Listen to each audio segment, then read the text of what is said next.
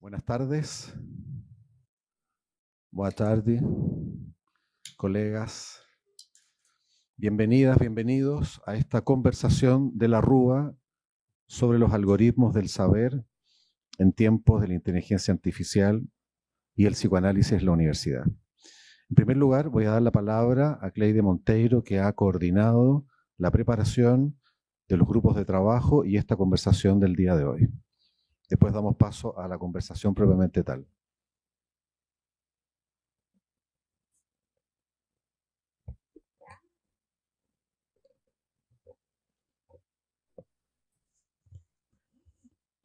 Boa tarde, me escutam bem?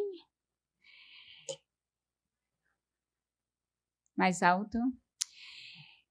Inicialmente, gostaria de dar as boas-vindas aos participantes dessa conversação e agradecer ao Burô da FAPOL, Fernando Ottoni, Gabriela Camali e Maria Hortência Cardenas, pelo apoio, incentivo e entusiasmo com que acolheram a proposta desta atividade. Um agradecimento especial a Carolina Koreski, presidente da RUI, que aceitou estar conosco nesta empreitada e que se mostra sempre disponível para estreitar os laços com a RUA. E ainda aos colegas coordenadores de RUA, Peleol, Inês Sotelo e Roxana Vogler, pela ANEL, Alejandro Reynoso e Fernando Espanha, e pelo Brasil, eu, Cleide Monteiro, junto com Virgínia Carvalho. Este intenso trabalho de investigação não seria possível sem os colegas das 3 escolas que participaram dos grupos de trabalho. Nossos agradecimentos especiais a cada um de vocês que, com garra, enfrentaram a barreira da língua, fazendo valer o desejo de fazer da RUA um território vivo, uma rede de intercâmbio de experiências pronta a acolher a invenção do saber frente ao impossível de dizer. Lacan deixa uma orientação ao indicar que é ao confrontar-se com o impossível que o ensino se renova. A inteligência artificial foi o sintagma que nos provocou e nos pôs em trabalho.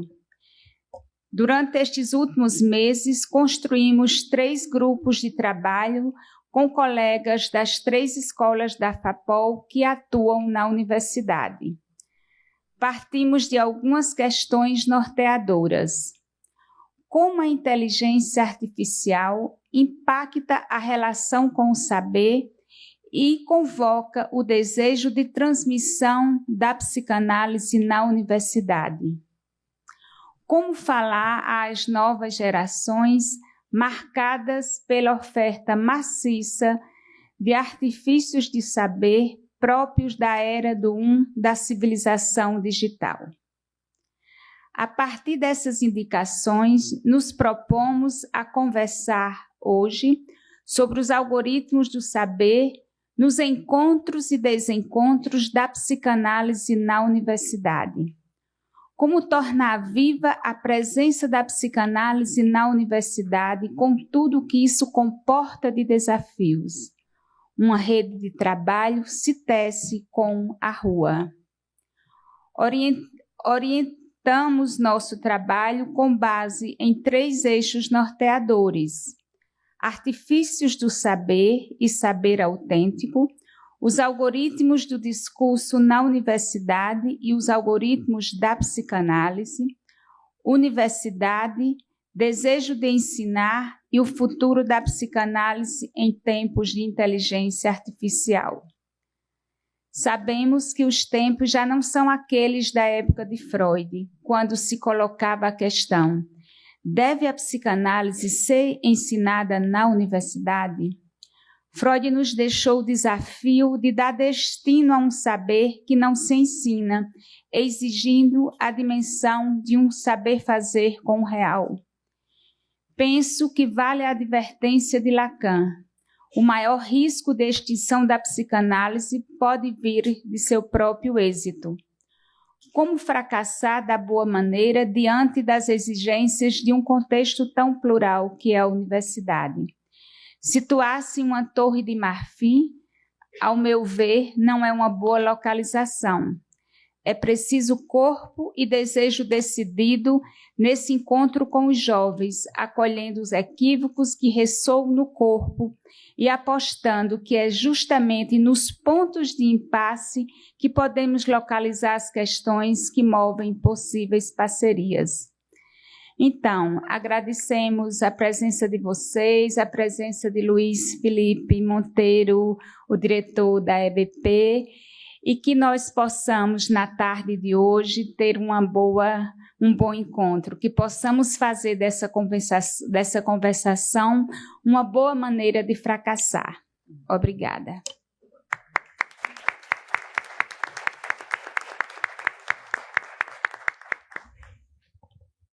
Muchas gracias, Cleide. Vamos a iniciar entonces la conversación. Ustedes han probablemente leído los textos que estaban en el sitio preparatorio de los 3 ejes.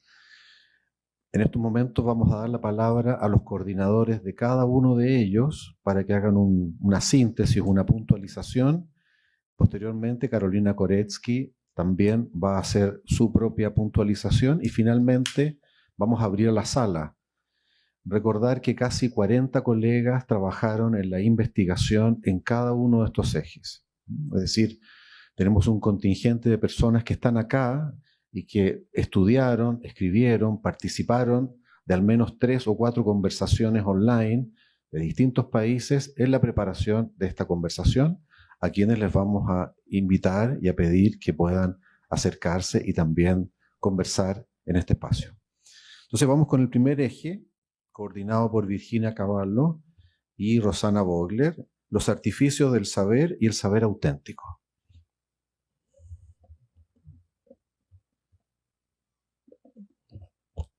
Muito obrigada, boa tarde. Gostaria de agradecer pela possibilidade de trabalhar nesse tema, nesse trabalho tão vivo, né? Eu queria pedir aos colegas que participaram do trabalho para se levantar. Então, eu e Roxana Vogler estivemos aí conversando com Angélica Bastos, Candela Mendes, Diana Volkovics, Stanislau Coconier, Frederico Oyola, Gabriela Villarroel, Juliana Mota, Meg Jaregui, Márcia Rosa, Nancy Carneiro, Olivia Viana, Pablo Reis, Virgínia Baroli. Se os colegas estiverem aí, puderem se levantar, seria legal. A gente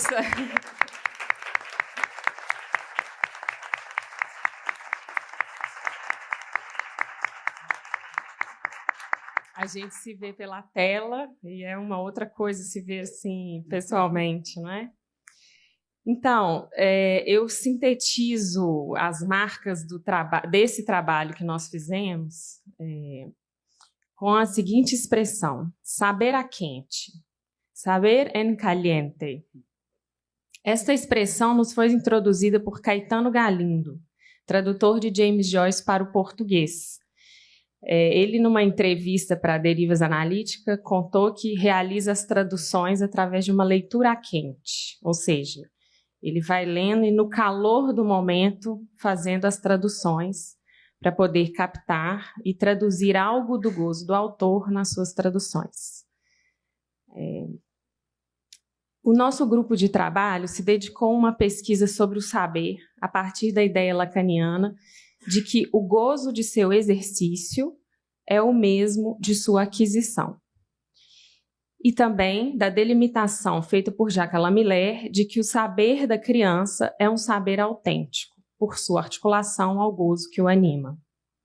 Sem confundir autêntico com verdadeiro, nos perguntamos se haveria um saber que não passasse pelo artifício, considerando a definição de que o artifício é um produto que resulta de uma forma antinatural de fazer as coisas, como artis factum, feito com arte, o artifício se relacionaria a um saber ao redor do vazio. E nesse sentido, né, é nesse sentido que podemos ler a suposição de saber que se dá na transferência, já que ela carrega a marca do artifício, como propôs Lacan no Seminário 3. Dizer de artifícios do saber é diferente de acreditar na existência de um saber artificial, que não seria custoso e nem necessitaria incluir a pele. Um saber que se daria de forma autônoma, apartada do sujeito, como uma inteligência artificial. Essa visada, que ganha cada vez mais força, especialmente por estar alinhada aos interesses neoliberais, foi lida pelos participantes desse grupo de trabalho como uma fantasia. Aquela uma fantasia que o Miller nos conta lá em 2004, e frente à qual ele nos adverte sobre 3 posições distintas de querer fazer que isso funcione. Pela nostalgia, seria uma posição, pelo não estranhamento familiar com o que está acontecendo, ou pela expectativa entusiasmada de que o mistério da união do significante com o corpo seja decifrado por esses novos discursos. A experiência da psicanálise nos mostra que o saber se inventa a partir do vazio. Os testemunhos de passe nos evidenciam esse ponto. O saber pode ser apreendido no caliente de uma transmissão. Daí a psicanálise não ser matéria de ensino. Nessa perspectiva, um saber autêntico se relacionaria ao saldo de saber que se adquire dessa apreensão. Temos, portanto, infinitas possibilidades de usar os artifícios, inclusive a serviço da construção de um saber novo. Nesse sentido, desde que seja possível para o falacer estar em uma condição de ser consumidor de tecnologia e não a de consumido por ela, a tecnologia pode servir como mais um dos artifícios da cultura a ser apreendido em favor da invenção singular de cada um para habitar o mundo. A cada um seus cliques. Foi a expressão que concluímos o texto, produzido a várias mãos, e que foi fruto de um trabalho muito vivo e interessante de conversação em línguas que são parecidas e diferentes ao mesmo tempo. Contrapontos foram colocados, casos clínicos trazidos, até mesmo o Bolt de Lacan entrou nessa conversa, que teve um tom muito diverso das burocracias mercadológicas universitárias. Aliás, é esse espaço vivo que me parece ser o da rua. No Brasil, rua é o nome do espaço público por onde todo cidadão tem o direito de ir e vir. CAIE. Rua é a rede universitária americana, né? Que a gente carinhosamente chama de rua. Então, no Brasil, essa assonância aí com esse espaço público por onde todo cidadão tem o direito de ir e vir. Calle, no espanhol, rue, em francês, street, em inglês. Da sabedoria da avó da minha avó, compartilho com vocês a transmissão de um saber ancestral. Dizia ela, para minha avó, que me conta, que sempre que vamos para a rua, voltamos com algo diferente do que quando a gente saiu. Sempre trazemos alguma coisa da rua. Acho que é por isso que eu gosto tanto dessa assonância da palavra em português, porque ela representa a minha aposta no trabalho dessa rua, a de que ela seja um lugar em que possamos conversar sobre o caliente do trabalho com a psicanálise na universidade. E esse caliente, esse quente, deve levar em conta que a escolha que fizemos e fazemos a cada dia de estar ali, na universidade, se aproxima do que Freud nos disse sobre a função do educador, naquele texto dele sobre o suicídio, né? Que é a função de transmitir o desejo de viver. Lacan nos indicou que as iniciativas do capitalismo rejeitam a castração. Nesse sentido, há uma foraclusão das coisas do amor. No Brasil, tem uma cantiga popular muito famosa, que inclusive o compositor Heitor Villa-Lobos transformou em concerto, que diz assim: se essa rua fosse minha, eu mandava ladrilhar, com pedrinhas de brilhantes, só para o meu amor passar. que nosso trabalho na rua não forclua as coisas do amor. Obrigada.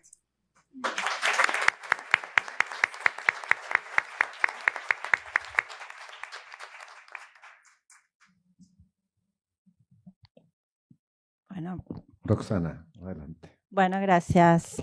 Bueno, buenas tardes a todos. Quiero agradecer también, por supuesto, de esta posibilidad de haber trabajado en conjunto con los colegas de la RUA. Y bueno, nuestro equipo de trabajo también, quiero darles las gracias también a todos porque fue realmente para mí muy enseñante todas las lecturas que confluyeron en una conversación que fue muy, muy enriquecedora, y a Virginia Carvalho también, con quien tuvimos el gusto de coordinar el trabajo. Perdón.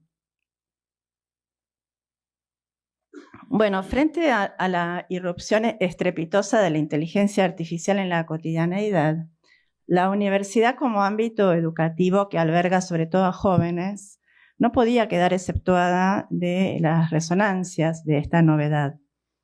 La universidad palpita al ritmo de la época y como analistas debemos saber leer los síntomas, ¿no? Sus síntomas. El mundo digital infinito resulta sin dudas atractivo de explorar. Sabemos eso también por nuestras propias vivencias, pero en ocasiones acerca a los usuarios a un borde ciertamente inquietante, a veces unheimlich. En la ilusión de obtener una solución hecha a medida con un input, la elección de la respuesta queda en manos del metaverso. En el azar de los algoritmos queda elidida la enunciación propia, la singularidad del goce, eso se escabulle. Se trata de un decir sin sujeto. Se es hablado por el gran otro digital que toma el relevo del otro del saber. Sin dudas, este empuje a lo digital de las nuevas generaciones nos lleva a pensar que los dispositivos tech son verdaderos soportes de superficies auténticas libidinalmente, ¿no?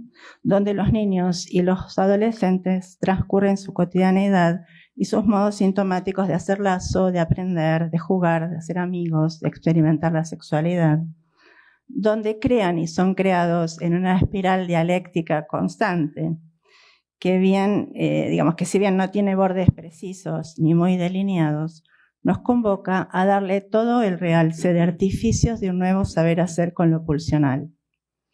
Los dispositivos digitales no se agotan en lo especular. No solo se capta al objeto A en el espejo, sino que también involucran lo vivo corporal. Es por ello que como analistas debemos preservar la mirada crítica, reflexiva, sobre el uso que escuchamos, digamos, de los dispositivos digitales, sin quedar obnubilados ni espantados por lo nuevo digital, y apuntamos a ubicar el goce en juego para cada uno en el uso peculiar que se haga de los gadgets. Por otro lado, como docentes, universitarios y analistas, creo que el mayor desafío que tenemos hoy cada vez que estamos frente a un aula es cómo suscitar, cómo despertar el deseo de saber en los jóvenes adormecidos y seducidos por el canto de sirenas digital, hacia la búsqueda de un saber, en la construcción de un saber reflexivo, crítico, implicado. Es decir, cómo sostener nuestra posición deseante, no como el que se arroga el saber absoluto, ni como el que transmite conocimientos cerrados, sino como aquel que se deja enseñar por lo que el acto mismo de la transmisión implica, que es el imposible, ¿no? Imposible de enseñar. Y entiendo entonces que allí es donde el acento pasa de nuestro lado, porque el aire fresco de las generaciones, de las nuevas generaciones, nos confronta a despabilar nuestro propio deseo de enseñar, que a veces puede adormecerse por la repetición de las clases año tras año, si no abrimos interrogantes nuevos a los textos de siempre. La posición enseñante, en consonancia con la analizante, como nos enseñó Lacan, no es la que detenta el conocimiento, sino la que habilita la relación con el agujero en el saber. Traigo aquí una referencia de Lacan del seminario 10, El deseo del enseñante es señal de que hay enseñanza. Destaca aquí Lacan, comparando al enseñante con un bricoleur. Hace un recorte, una lectura, pone arte en el asunto. El deseo, entonces, que puede ser transmitido a través de esta posición deseante, de poner arte en el asunto, siempre va a estar en relación a lo que no se puede atrapar, a lo que está por delante, no a lo que está en el bolsillo, digamos, a la mano, que en este caso sería el dispositivo con el que consultamos inteligencia artificial. Hay algo en la transmisión del saber en la universidad que tendría que sostenerse en este rasgo vivificante, algo que inquiete, que no termine de cerrar, para que los alumnos deseen ir a buscarlo, seguir investigando, preguntarle a otros, entre los que también, por supuesto, puede estar la IA, aunque no exclusivamente. Sin vacío no hay enseñanza. Consideramos también importante en esta investigación destacar que la voz y la mirada están implicadas en la relación al saber. Para que haya una transmisión de un saber auténtico, la voz y la mirada deben estar encarnadas. Entonces, allí, digamos, el desafío es al enseñante, también una vez más, que no dimite en ese lugar de ser el soporte del saber en el desafío del acto educativo. Y tomo acá algo que dice Graciela Brodsky respecto al coraje de la propia enunciación en relación al deseo del enseñante. Porque justamente sabemos que el saber, como un S2, está en el discurso universitario, en el lugar del que comanda, pero desconoce el goce anudado a él. Y esto es lo que justamente suscita el desinterés, es la apatía, ¿no? O el aburrimiento. La producción en el discurso universitario son sujetos divididos por su insatisfacción y sus síntomas, cuyo S1 está reprimido. Pero lo curioso también es que con la IA y el uso indiscriminado, ¿no?, del copy-paste, también de alguna manera se intenta renegar el goce en juego, lo que va de la mano de negar la enunciación. Y es ahí donde entendemos que el uso de la IA tendría un estatuto de síntoma. La cuestión entonces es cómo inventar un saber que no esté disociado del goce que lo envuelve y que cause el deseo de ir a atraparlo. Y a eso llamaríamos un artificio de saber que libidinice ese deseo. Entonces, ¿cómo seducir al parletre contemporáneo que apela a la IA como modo de acceso al saber sobre el amor, sobre los lazos, sobre los enigmas existenciales, a creer en el inconsciente para despejar la X de su propio algoritmo? Abogamos para que siga habiendo un psicoanalista que encarne un lugar insustituible donde hacer resonar aún el medio decir de la verdad de cada uno, a la que se llega solo sudando por lo singular.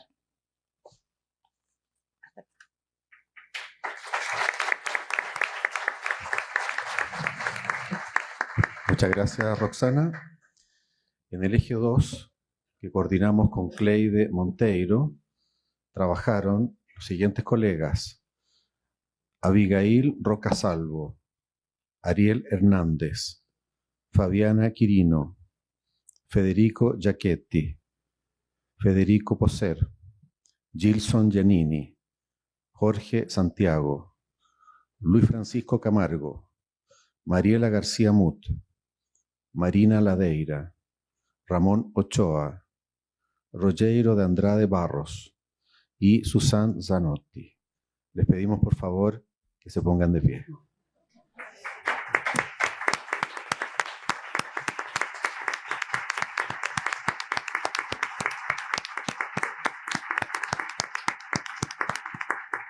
Gracias. Cleide.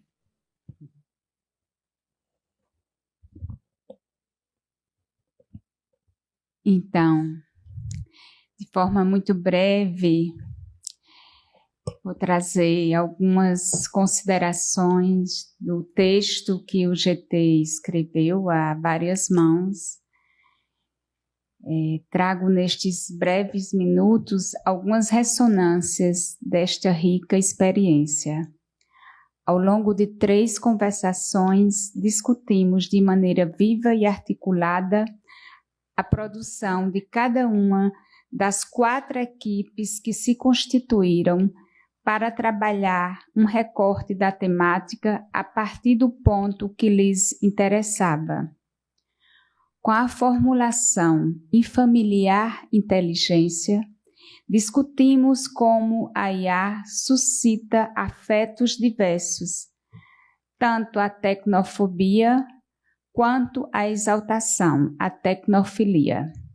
Os psicanalistas dispõem de ferramentas para evitar tanto um extremo quanto o outro, situando-se nessa discussão a partir do campo que lhe é próprio. A questão não é adotar uma postura de estar contra ou a favor, mas interrogar os modos de uso da IA na transmissão da psicanálise nas instituições universitárias. No que consiste o caráter assustador e infamiliar das IA? Os sistemas operacionais da IA são capazes de gerar textos de forma autônoma, com base nas informações que recebem, acabando por produzir o estilo do usuário e funcionando assim como um duplo. A gente discutiu bastante essa ideia, né, trazida por um dos GTs. Um duplo que promove o infamiliar. Um ponto interessante que nos mobilizou e que pode ser retomado pelo GT na discussão. Em nossas discussões, foi fundamental diferenciar o discurso universitário da universidade. Trata-se de prescindir do discurso universitário para, ainda assim, servir-se da universidade, transmitindo um saber vivo e não morto. O dispositivo analítico nos ensina contra o circuito do automaton, ao desarmar a máquina simbólica, introduzindo aí a TK. Não é a IA que opera, mas o desejo do analista, fazendo com que o gozo consinta em ceder ao desejo. Lacan, no seminário 10, interroga o desejo do professor e questiona o que é ensinar.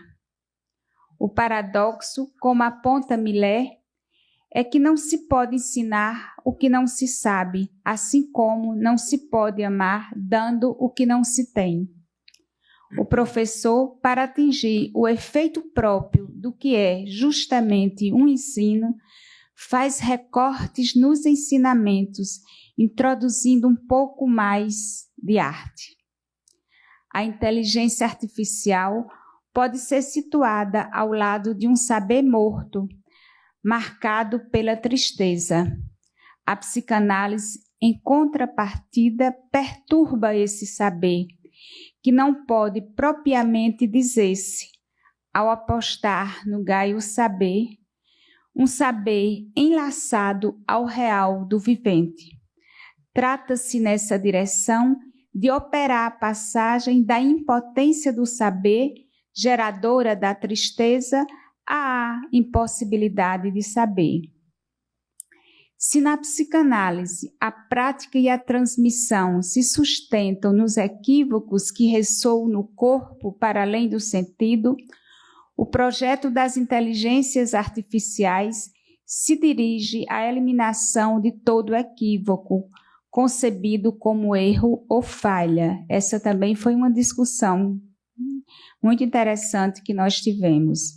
O tipo de relação instaurado é unívoco, análogo à linguagem das abelhas, né? Então, dessa forma, o saber que se produz a partir da experiência e do tropeço permanece excluído na inteligência artificial. Um outro ponto também foi a questão da amplificação e da redução. A amplificação da informação com um simples clique, podemos responder com não todo, que não indica uma totalidade a ser alcançada, mas um ponto de impossível aberto no saber. Lohan nos lembra que produzir saber consiste em fazer furos na acumulação. Retomamos a proposta de Lacan sobre o tempo lógico. Isso também foi uma discussão muito rica. Concluímos que a inteligência artificial tende a comprimir o tempo de compreender, aquele em que o sujeito se depara com algo que o interpela, seja uma pergunta, um enigma ou um impasse, a partir do qual se torna possível elaborar uma resposta singular. Perguntamo-nos, então, se a experiência do tempo se modifica diante da interação com a internet e a IA, e ainda se nesta, que privilegia a otimização, o que se suprime não seria justamente a dimensão da equivocidade. Caberia, assim, à psicanálise introduzir aquilo que escapa ao tempo otimizado, a dimensão do mal-entendido, algo do real. A diferença entre saber e informação torna-se um eixo crucial. O saber toca o corpo, implica gozo, ressoa no sujeito. A informação, ao contrário, pode ser acumulada, distribuída e descartada sem deixar marcas. Como lembra Lacan, não há informação que permaneça, pois não toca o corpo, não entra na própria pele. Lacan no Seminário 20. Em tempos de IA, seguimos apostando que o falacer sobreviverá à digitação do mundo se soubermos nos orientar a partir do real. Essa é uma indicação do Fabian Fajox. Defender esse real próprio à psicanálise, o real do campo da sexualidade, que não cessa de não se representar, é o grão de sal na luta da psicanálise contra o mestre contemporâneo, que se revela na aliança entre os produtos da ciência e o discurso do capitalismo. Se, como nos indica Fabian, o ser falante é pouco inteligente, pois repete seu próprio algoritmo, seu programa de gozo, não será com a IA que ele poderá isolar os algoritmos que comandam suas cadeias significantes para deles se separar, mas sim com a experiência analítica. O analista, como aquele que se presta a bancar o santo fazendo descaridade, pode responder com um riso. Como diz Lacan, quanto mais somos santos, mais rimos. Esse é o meu princípio, ou até mesmo a saída do discurso capitalista, o que não constituirá um progresso se for apenas para alguns, diz Lacan. Que o riso comunicante, para usar uma expressão de Lohan, seja então uma via privilegiada nos enfrentamentos dos desafios colocados ao psicanalista em tempos de IA. Em linhas gerais, foi isso que nós discutimos, e agora a Fabian vai poder... Alejandro vai poder nos dizer algo. Esses tropeços a IA não tem como fazer com eles.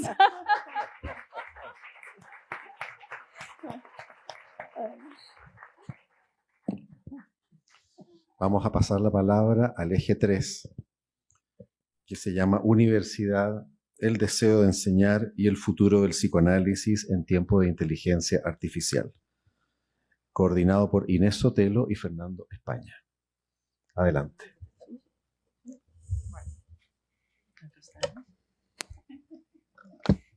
Bueno, hola, ¿qué tal? Buenas tardes a todas, todos. Una alegría este encuentro que, bueno, primero fue todo un desafío ponernos a trabajar, como ya dijeron mis compañeros,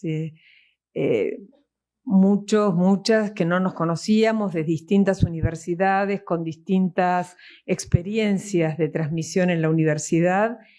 Y bueno, nuestro grupo estuvo, Fernando España y yo estuvimos coordinando, y los miembros han sido Eloísa Caldas, Giselle Cardoso, Miguel López, Lucía Marquina, Franco Masi, Fabio Páez Farreto, Eric Leonardo Pereira, Miguel de la Rosa, Ana Lucía Soler, Ana María Solís, Antonio Teixeira, Diego Tirado, Laura Balcarce y Denise Zacarías. Si se pueden parar así, los vemos y los aplaudimos porque... ¡Bravo! Muy bien. Bueno, para mí fue un precioso trabajo. Nosotros también nos reuníamos domingos por la mañana a conversar y a pensar de qué modo introducir. Laura Balcarce con su Virtualia sobre inteligencia artificial nos dio un puntapié inicial de lectura.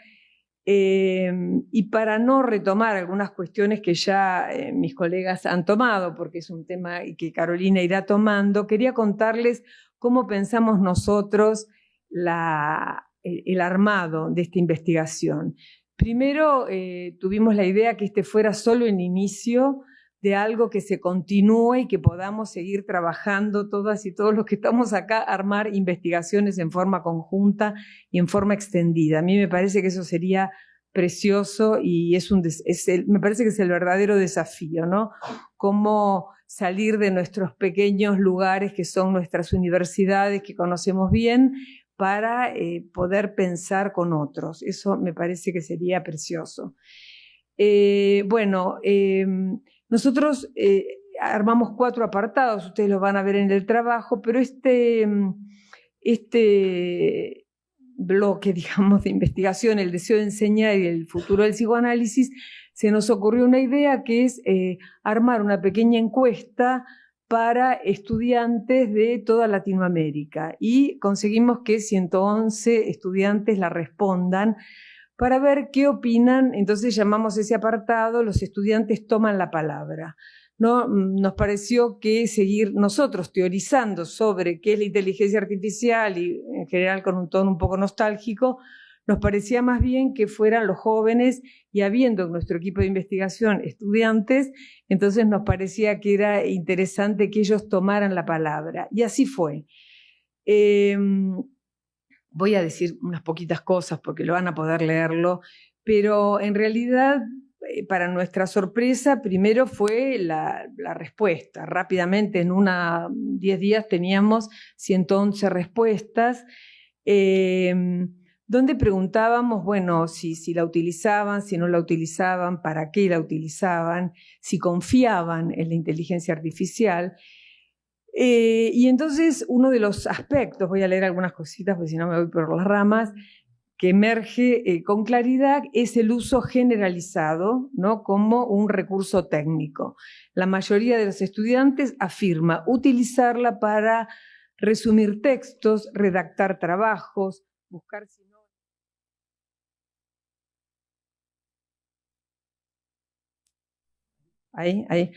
Perdón. Clarificar ideas o verificar apuntes. Sin embargo, esta utilidad viene acompañada de una cierta ambivalencia. Aunque reconocen su eficacia, no depositan confianza. Una estudiante dice, es muy buena como disparadora de una exploración bibliográfica, pero no confío que haya usado las mejores fuentes. En general, solo una de las 111 personas que respondieron confía. La mayoría no confían en sus respuestas, tienen que verificarla. Lo que dicen es que la inteligencia artificial responde, pero no enseña, no genera transferencia. Una de las frases más reiteradas es que el docente transmite desde su deseo, desde su estilo, desde su cuerpo. En contraste, la inteligencia artificial se presenta como un saber sin cuerpo, sin pasión, sin error, una voz áfona. Yo lo explico así. Se le nota, dice una alumna, que no tiene alma. Un texto de un humano te dice algo de él, aunque hable de algo lejano a él mismo. Creo que cambia mi estilo, porque mi estilo es único. El estilo de la inteligencia artificial es genérico y carente de encanto. aunque ayuda a corregir errores, bueno, limita en cierto sentido mi propia creatividad. La construcción de saber se articula en varias respuestas a la importancia de la presencia del enseñante, presencia encarnada en la que se pone en juego la mirada, la voz, es decir, la resonancia en el cuerpo. La conversación, estas son algunas respuestas, que circule la palabra, que podamos pensar juntos, leer juntos, tener criterio para razonar sobre lo que se lee y no solo repetir como hace la IA. Escucha clínica, sensibilidad humana. La enseñanza es también una forma de transmisión que se realiza en la relación, en el encuentro, en la transferencia. Valoran cuando el docente responde que no sabe, que hay que ir a buscar otras respuestas. Y esto también es una respuesta bastante generalizada que tomaba Roxana, la cuestión del vacío, del no todo saber. Contrariamente a lo que uno cree, los alumnos, por lo menos los que respondieron, suelen valorar esta cuestión. Que no todo puede ser dicho ni todo puede ser sabido. El docente da la posibilidad de interactuar, está abierto al debate, da ejemplos reales en los que le fue bien y en los que fracasó. No solo transmite, sino que escucha. En la clase se construye. Con lo cual, bueno, nos lleva, no me voy a extender porque me dijeron 5 minutos, pero a la cuestión del sujeto supuesto saber, digamos, cómo tratamos en el trabajo de ir enlazando con una serie de conceptos en los cuales lo que vamos entendiendo es que, por supuesto, la inteligencia artificial que llegó para quedarse, es un recurso que se impone y que en realidad, pero de todas maneras, con lo que contamos es justamente con que el deseo de enseñar de quien encarna y quien transmite quien ocupa ese lugar en la transmisión parecería ser irreemplazable, por lo menos por ahora en la inteligencia artificial tal como la conocemos.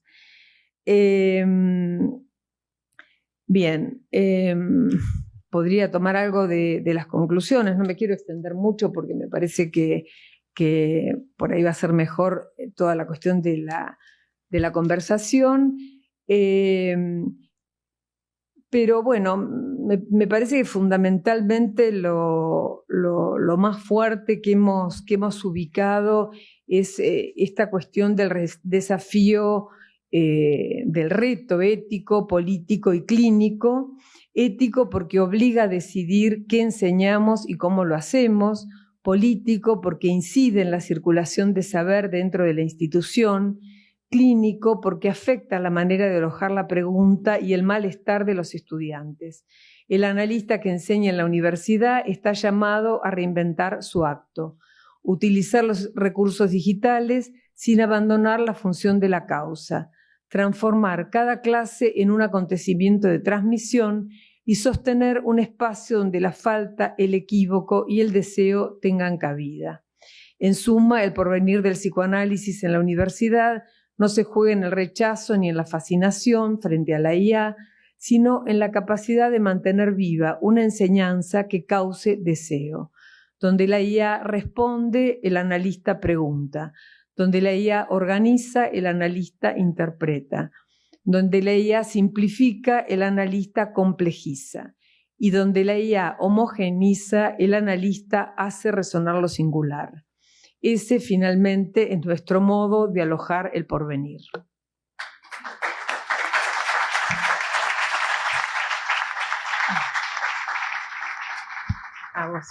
Gracias, Inés. Fernando. Gracias, muy buenas tardes a todos. Es un gusto para mí encontrarme esta tarde conversando alrededor del tema que nos ocupa para el día de hoy. Y quiero comenzar, ¿sí? Y quiero comenzar también agradeciendo a todos los que están presentes por hacer posible esta conversación que apuesta por la presencia del psicoanálisis en la universidad y por la existencia de un saber auténtico en los tiempos que corren, tomados hoy por el día de hoy por las distintas inteligencias artificiales.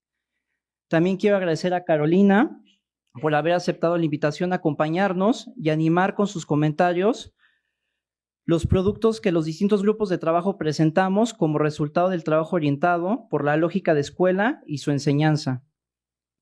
en la que practicantes del psicoanálisis nos dimos a la tarea de pensar, investigar y conversar durante varios meses alrededor de los algoritmos del saber, el psicoanálisis y la universidad.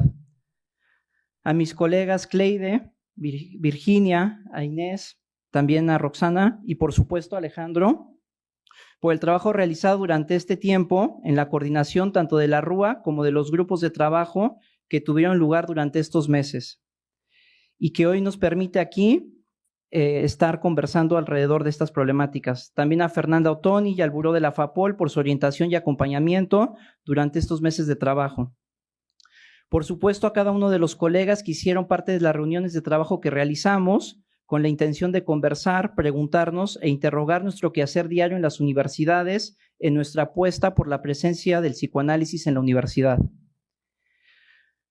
Como hemos estado comentando el día de hoy, pues los textos ya están en la web del ENAPOL y también está el trabajo realizado para llegar a este momento de concluir, que seguramente abrirá nuevos instantes de ver en cada uno de nosotros, para darnos la oportunidad de generar espacios y tiempos de comprender que nos permitan poner en elaboración algo de lo que acontece y nos concierne respecto al deseo que nos interpela en nuestra relación al psicoanálisis. Así que solo quiero compartir con ustedes, de manera muy breve y sintética, lo que este proceso ha dejado en mí como experiencia viva y el saber que resultó del artificio al que dimos lugar mediante el dispositivo de trabajo que se sostuvo previamente a esta conversación de la RUA. Este saber tiene que ver con la posibilidad de constatar el valor de un saber auténtico a través de la experiencia a la que la transferencia de trabajo dio lugar como saldo de saber, a diferencia de la información que solo se acumula sin producir eco alguno.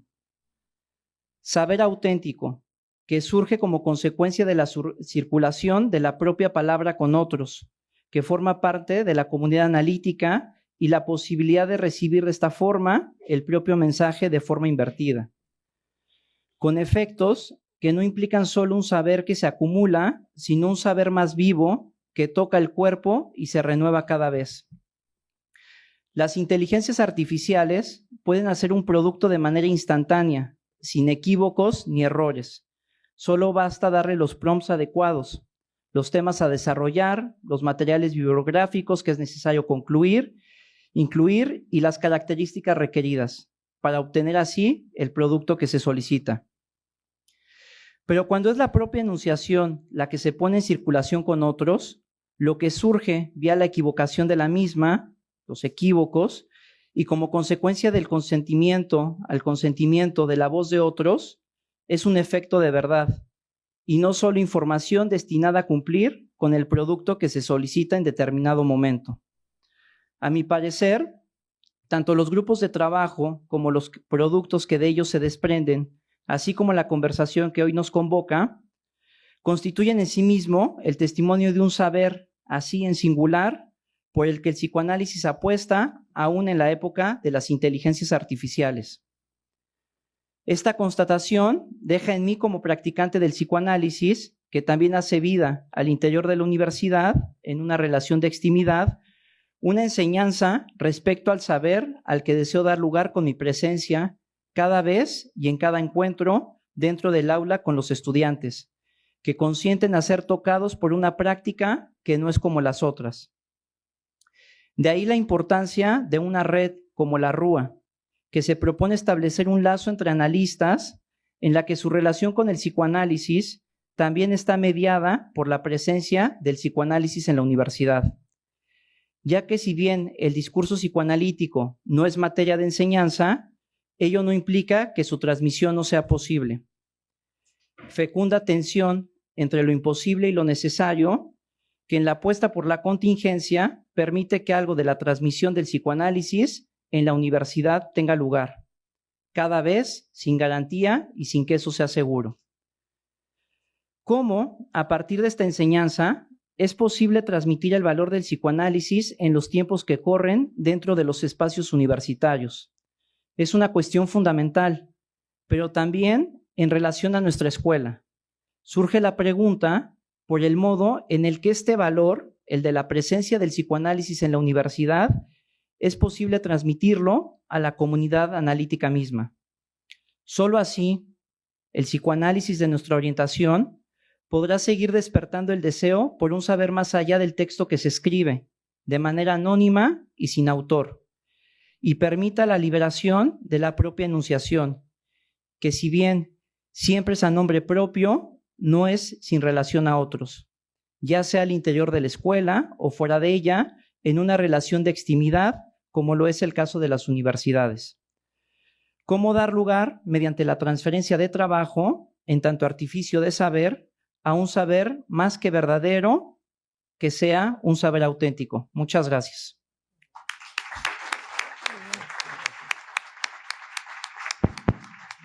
Muchas gracias, Fernando. Vamos ahora a dar la palabra a Carolina Koretsky.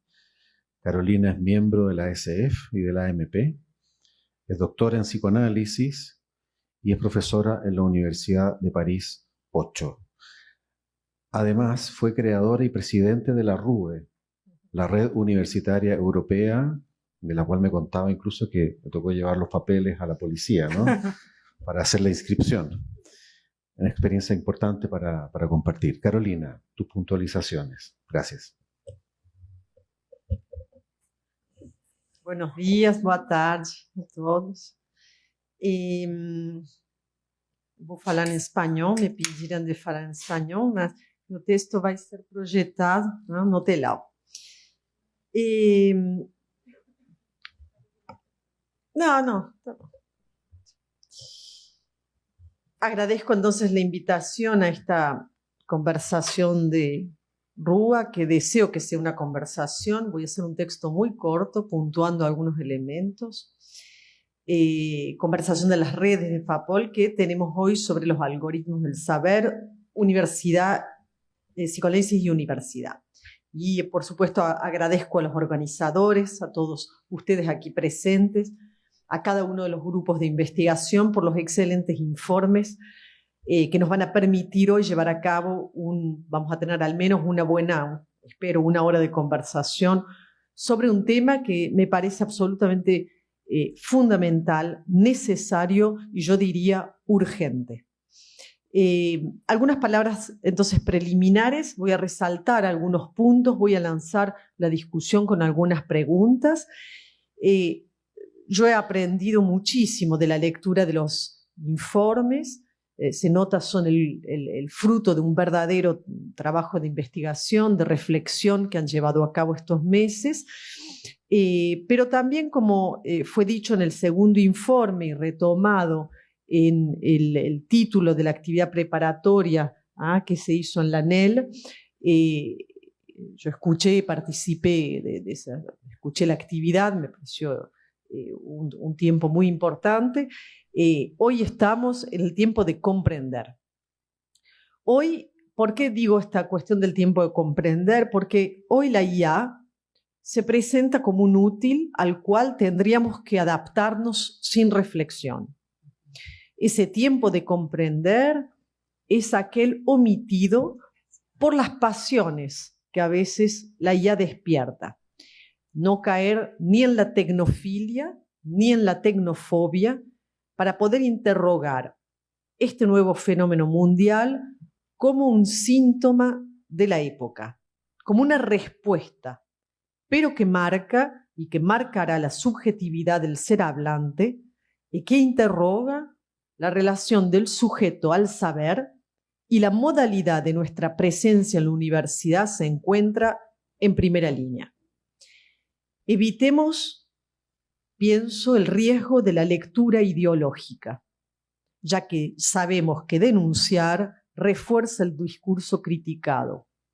Opongamos a la denuncia la interpretación, es decir, intentar atrapar el fundamento ideológico en juego y ver cómo y a qué real la IA, como síntoma de nuestra época, está respondiendo.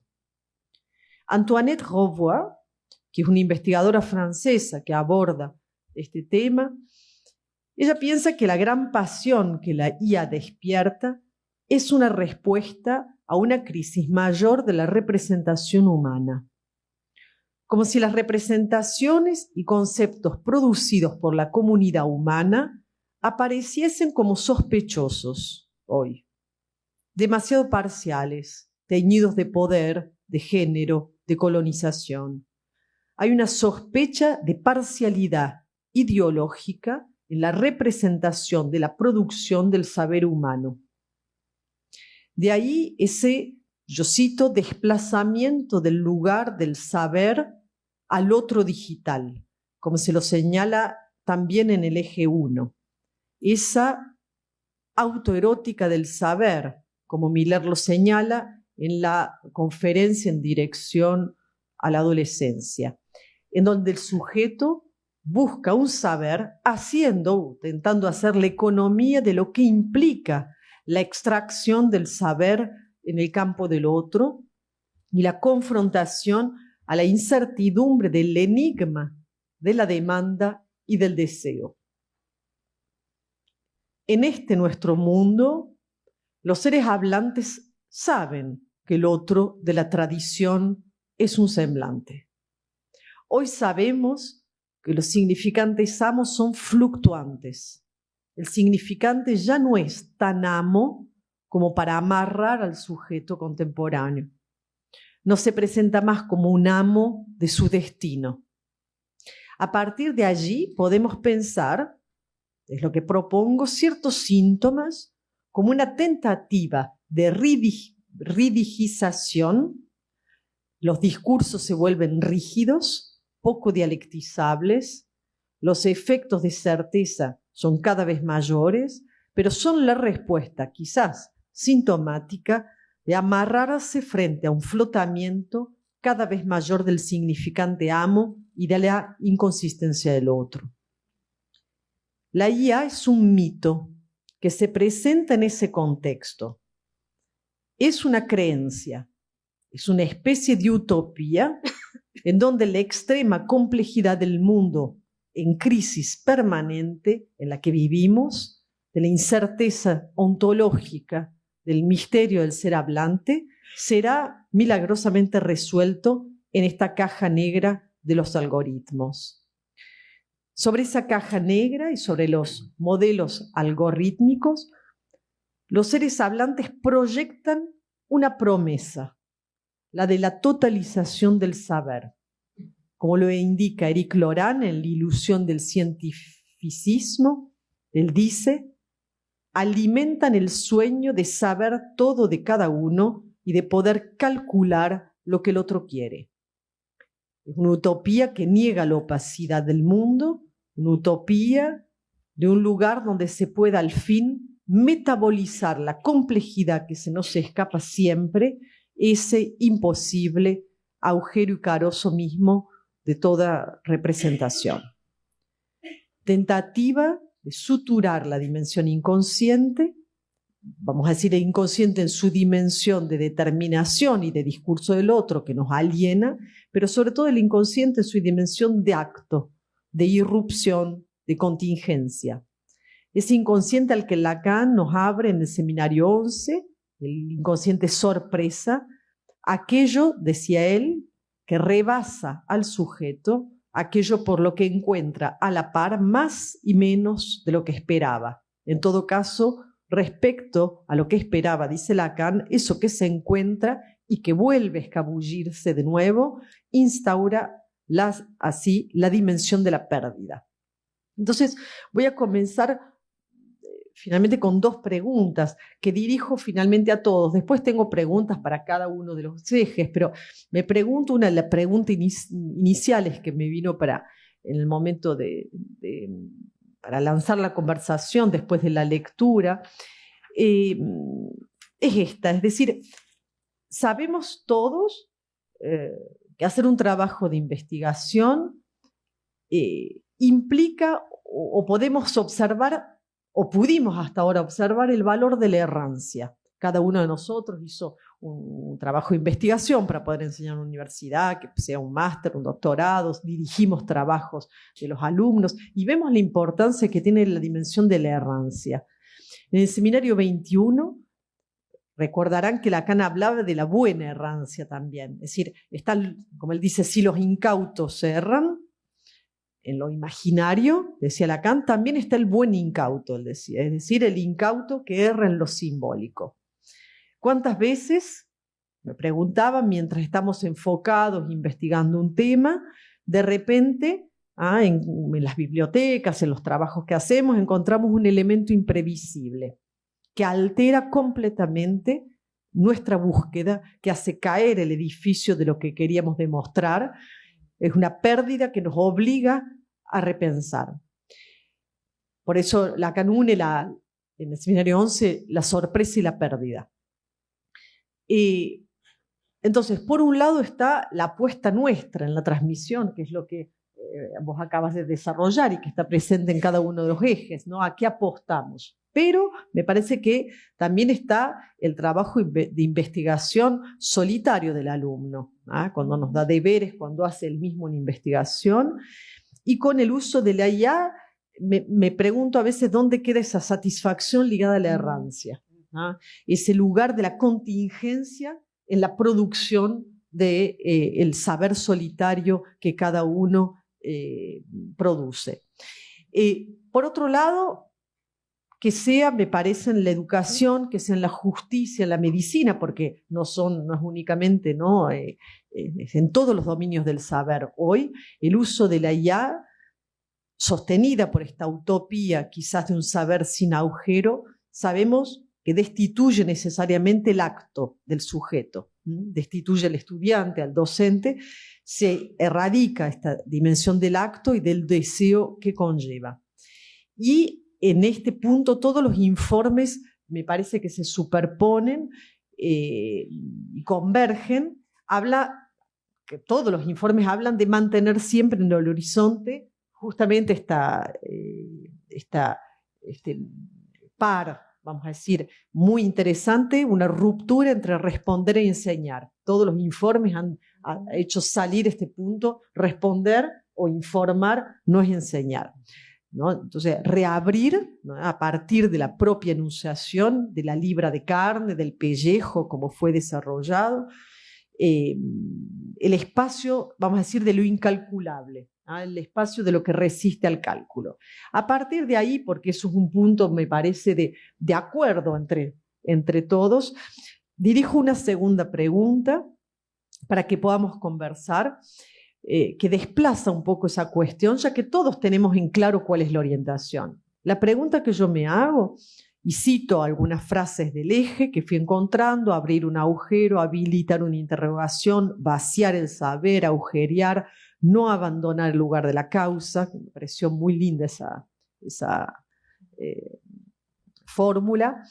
Mi pregunta es: los estudiantes que responden, ¿no?, y tú trajiste esos testimonios, responden hoy, vamos a decir, aún, porque está esto que tú decías, aún, responden, hablan de una enseñanza que requiere, vamos a decir, una presencia deseante. Mi pregunta es: ¿hasta cuándo? ¿Por qué hasta cuándo? Las futuras generaciones, impregnadas, configuradas subjetivamente en esta modalidad vamos a decir, de obtención de un saber sin implicación, sin división, mi pregunta es: ¿hasta cuándo serán tolerantes al acto? ¿Hasta cuándo van a tolerar el acto de agujerear? ¿Hasta dónde van a dejarse agujerear? ¿Por qué? Porque se me ocurrió pensar con esto de lo que sucede hoy, con lo que Miller destacó bajo el nuevo cogito, soy lo que digo. Sabemos bien que hoy hay espacios en donde interrogar equivale a insultar, en donde la interpretación no es posible, ya no es más posible, y donde encontramos enunciados de certeza que tienen que ver con justamente con el lado fluctuante del significante amo. La certeza responde como una tentativa de ridificar, vamos a decir, el lado fluctuante, ¿no?, del otro. Decía esos enunciados de certeza intolerantes a la metáfora y a la metonimia. Hay una intolerancia a la metáfora y a la metonimia hoy. Entonces, del mismo modo, y abro esto a la discusión, me parece que vamos a tener, por un lado, que seguir apostando por nuestra orientación, pero quedar muy atentos también a los efectos de rechazo y de intolerancia que quizás van a acentuarse con el uso cada vez mayor de la inteligencia artificial. En todo caso, tengo muchas otras preguntas, pero quiero que abramos el debate. Voy a terminar compartiendo con ustedes un pequeño texto que a mí me parece bellísimo, que es el final de la lección inaugural de Roland Barthes en el Collège de France.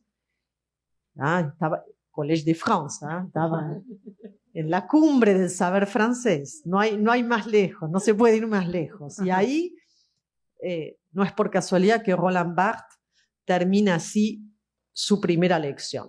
Él dice: hay una edad en la que se enseña lo que se sabe, pero luego viene otra en la que se enseña lo que no se sabe. Eso se llama investigar. Quizás ahora llegue la edad de otra experiencia, la de desaprender, la de dejar trabajar la recomposición imprevisible que el olvido impone a la sedimentación de los saberes, de las culturas, de las creencias que uno ha atravesado. Esa experiencia, dice Barthes, creo que tiene un nombre ilustre y pasado de moda, que osaré tomar aquí sin complejos, en la encrucijada misma de su etimología: sapiencia. Ningún poder, un poco de saber, un poco de sabiduría y el máximo sabor posible. Ahí termina Barthes, el máximo sabor posible, el sabor, no el saber.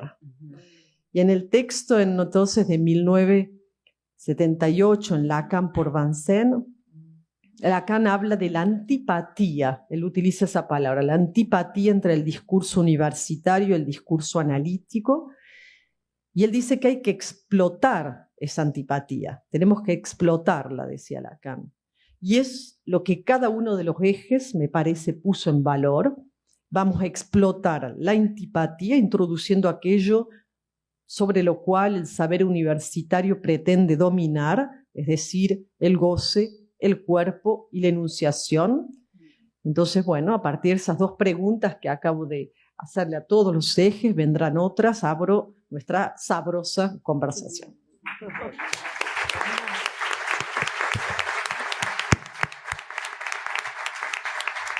Muchas gracias, Carolina, por tus puntualizaciones. Vamos a abrir entonces la palabra a la conversación. Hay dos micrófonos allí al medio para que puedan hacer sus comentarios, preguntas.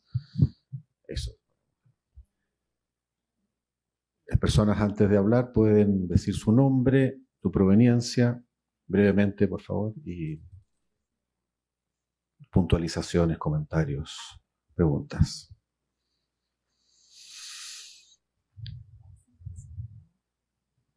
Olá. Olá. Sim, boa tarde. Meu nome é Luiz Felipe. Eu queria fazer um comentário, porque ouvindo vocês, eu me lembrei de uma referência que me parece muito interessante para poder pensar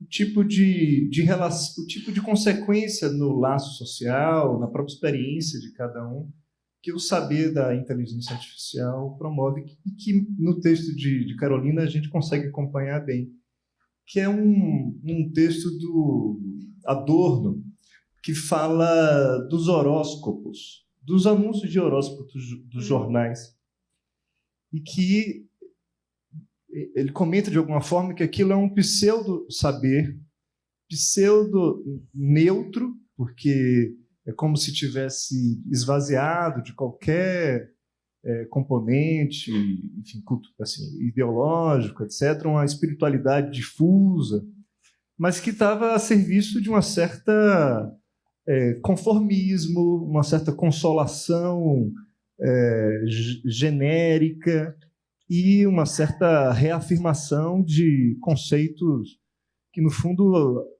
apontam mais para uma alienação, a ideia de hipnose, uma hipnose coletiva, tal como a gente pode lembrar do Freud na psicologia das massas, né? E me parece que a inteligência artificial pode seguir muito bem essa mesma lógica, sobretudo se a gente pensa nisso que você coloca, Carolina, nas gerações, né? Porque a gente está na primeira onda disso. Tem 3, 4 anos, no máximo, que isso já está nas nossas vidas. Então, assim, de alguma maneira, eu fiquei pensando nessa tensão que apareceu na mesa, né? Entre um pseudo-saber e um saber autêntico. Acho que um saber autêntico que não está só também na psicanálise, é um saber que aponta para o próprio limite. E que, ao invés de hipnotizar, pode apontar para um certo despertar, para uma certa crítica, para uma certa construção que implica a singularidade de cada um, né? Então, assim, me parece que tentar pensar também essa distinção de um pseudo-saber que hipnotiza e um saber autêntico que, se não desperta totalmente, não é que ninguém desperta totalmente, mas pelo menos aponta para uma separação, aponta para uma certa crítica e, de alguma maneira, para alguma singularidade, me parece que são coisas interessantes de poder pensar o tema, né? Enfim, obrigado. Muchas gracias, Luis Felipe. Mi nombre es Jackie Leibovich, bueno, argentina, de la UBA, y yo leí todos los trabajos, los agradezco muchísimo, me sirvieron, me hicieron pensar un montón de cosas y la intervención de Carolina les da como un broche para seguir pensando más aún. Nosotros muchas veces hablamos de la preocupación porque el psicoanálisis siga existiendo y hoy en día creo que hasta está la cuestión de que la universidad siga existiendo, porque tenemos... yo quiero tratar de no entrar en la vía de la denuncia que refuerza lo peor. Me es difícil a veces, verdaderamente. Pero bueno, creo que si hay algún ideal que la universidad sostuvo, por lo menos en nuestros países, muy ligadas al ascenso social, a la posibilidad de, bueno, que la diversidad entre en la universidad, que se pueda alojar y dar lugar a un crecimiento social y al ascenso y al movimiento también en las escalas. Y me parece que la forclusión del amor que produce el capitalismo hace que vaya muy aunada esta lógica de la IA que tiende a, usada como puede llegar a ser usada, a exterminar lo humano o a producir la idea de no hace falta ya un docente, no hace falta ya la persona, con lo que nosotros sabemos y lo que Freud mismo nos legó de lo que implica la transmisión de alguien y cómo los alumnos están atentos a cómo dice, a de qué manera transmite, y que eso hace le da carnadura a la transmisión. Y a la vez que la IA entra de esta manera, y me parece que la urgencia que plantea Carolina, me parece, para escucharla, a mí me implica pensar qué hacer, ¿no? Como, ¿qué hacemos en ese borde entre no quedar denunciando, pero a la vez sabiendo que no solo el psicoanálisis corre riesgos de quedar dificultado para sobrevivir? A veces decimos, bueno, por la supervivencia. La universidad misma como lugar tan atacado, por lo menos en la Argentina en el último tiempo, digo tan atacado no solo en términos de presupuesto y todo lo que ya sabemos, sino incluso en una transmisión a la sociedad de por qué sería tan importante ser universitario, mi hijo el doctor, los ideales que tan fuertemente se tenían en otro momento, y hoy en día una degradación tan fuerte de los saberes que la universidad puede producir. Entonces, quería agregar ese elemento a la conversación. Gracias. Gracias, Jackie. Invitamos también a los colegas que trabajaron en los grupos. Muy bien. Bueno, ahí se escucha a Ariel Hernández, Argentina, Universidad Nacional de La Plata, de la Escuela de la Orientación Lacaniana, sección La Plata. Me parece interesante también poder circunscribir, bueno, en principio agradecer, ¿no? Agradecer haberme levantado a las 8 o 10 de la mañana los domingos, a Alejandro, a Cleira, la convocatoria inicial de Inés, por todo un trabajo que fue realmente muy lindo, muy bueno y enseñante. Y quería precisar, o al menos desde mi lugar, separar las universidades también de ciertas facultades que tocan, ¿no?, la subjetividad de la época, que la interpretan, que le dan una terapéutica, de otras, como por ejemplo matemática, física, química, que no se trata, como decimos, ni de estar a favor ni en contra, pero que cuando se trata de ciertas transmisiones, como por ejemplo en la Ciudad Autónoma de Buenos Aires hay una facultad de psicología que plantea prácticas virtuales, con pacientes virtuales, con realidad virtual, me parece que ahí tenemos que estar todos muy atentos. Hay una iniciativa que dice Inés de continuar. Me gustó muchísimo, Inés, esto del trabajo, que hay una dimensión ética, política, clínica, ¿no? De un poco que se preguntaba Jackie qué hacer. Acá hay una propuesta que es darle una continuidad a un trabajo, con esta dimensión que traía Carolina, de lo fundamental, lo necesario, lo urgente, ¿no? Y me da la idea que es en relación a estar advertidos de, por lo menos en la Facultad de Psicología de La Plata, tenemos prácticas preprofesionales de quinto, sexto año y que son presenciales, pero que también nos estamos encontrando con algunas dificultades. Hoy lo mencionaba Ricardo Seldes, que hay cada vez menos analistas practicantes de la orientación lacaniana o incluso de psicoanalistas de otras orientaciones, que hay otros psicoanálisis que también se están yendo de la universidad, ¿no? Entonces eso también me parece que es un dato a tener un poco en cuenta, porque me parece que estos sujetos, estas personas que corren el riesgo del rechazo, o sea, muerte de la metáfora, esa metonimia incesante de la CIA, pero también cómo poder hacer transmisible y deseable el psicoanálisis frente a estos empujes donde la tecnociencia fomenta esta realidad virtual, casi que le da una continuidad de los jueguitos universitarios a una profesión. Nada, eso. Gracias, Ariel.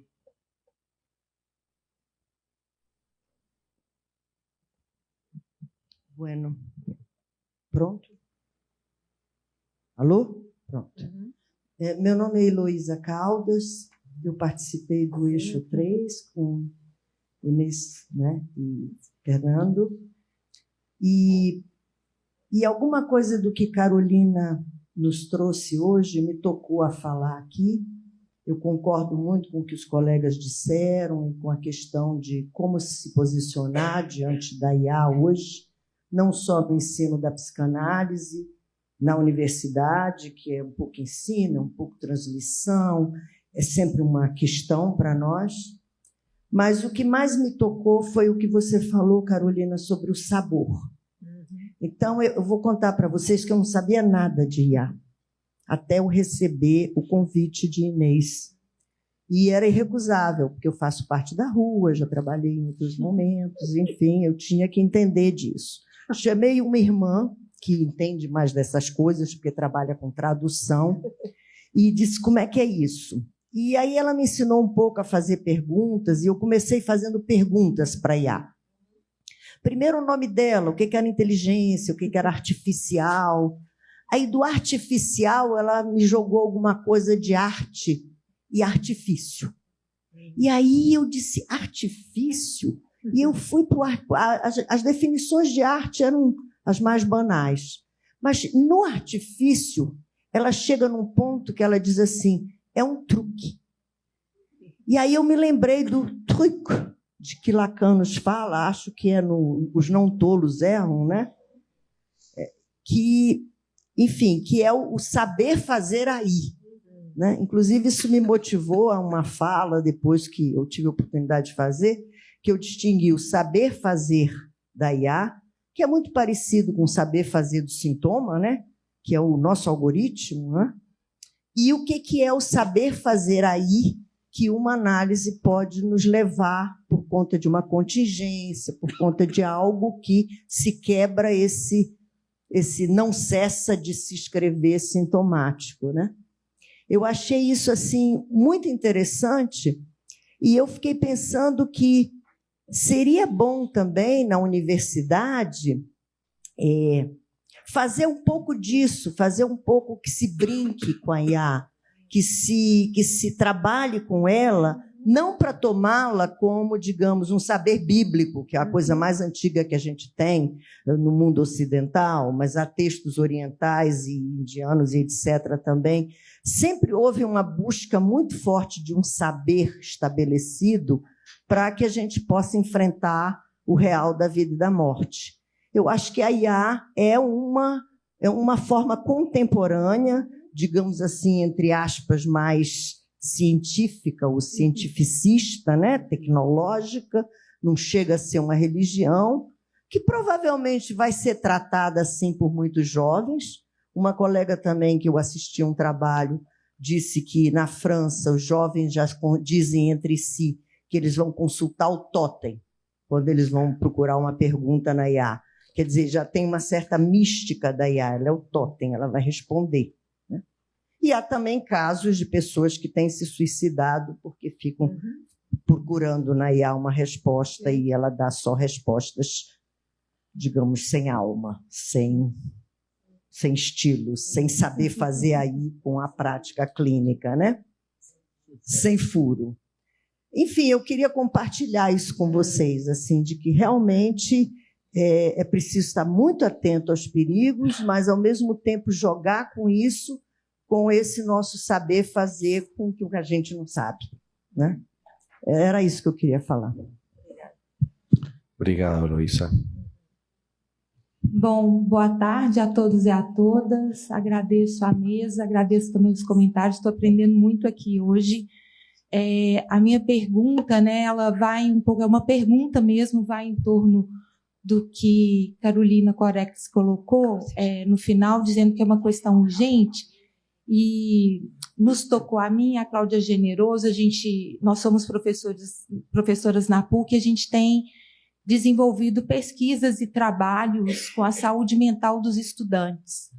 E aí tem essa pergunta, né? Quando o uso da IAS, essa relação dos alunos com a IAS e na própria produção do saber ali na universidade, isso vai cada vez tomar mais o seu lugar, né?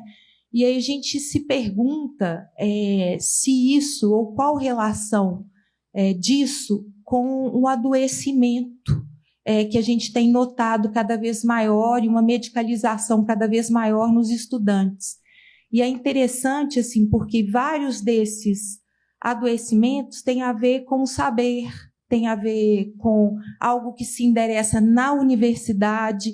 Então, enfim, é uma pergunta em torno disso, se a gente poderia também, de alguma forma, articular essas duas aí problemáticas. Obrigada. Obrigada. Obrigado, Aline.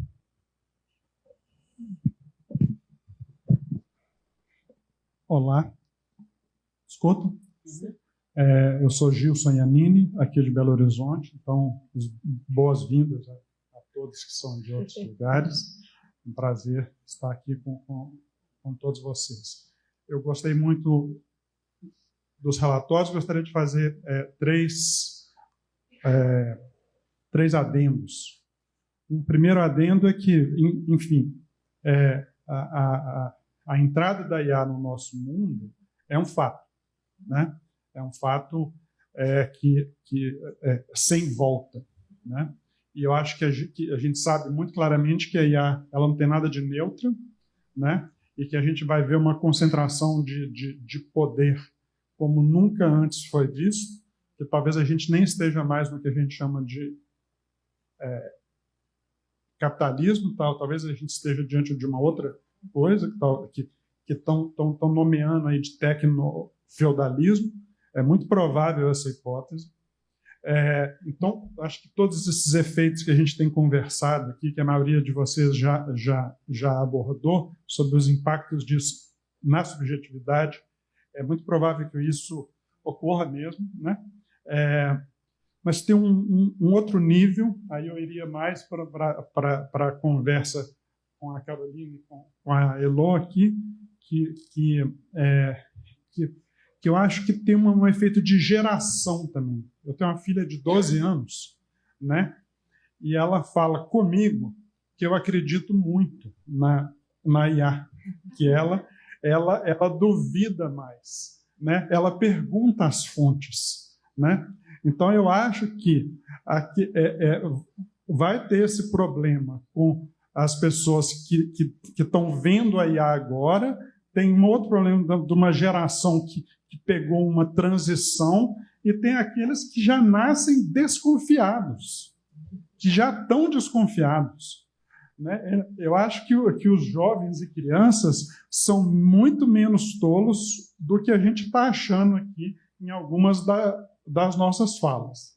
E a terceira coisa que eu gostaria de dizer é que me chama a atenção que não apareceu, pelo menos até agora, em nenhum momento também, vamos dizer assim, o potencial, né, de formalização que as IAs propiciam para nós na psicanálise. A gente tem que lembrar que uma boa parte das IAs se baseia em teoria de grafos e teoria de redes, né, que o Lacan explorou na década de 50 e 60 com os recursos que existiam ali. A teoria é basicamente a mesma, só que ela pôde avançar muito e se expandir na sua aplicação. E eu acho que a gente tem também uma série de recursos de formalização, por exemplo, na construção de grafos, né, que permitam ler sonhos, né? A gente pode fazer um grafo para cada sonho, em vez de grafos muito genéricos, né?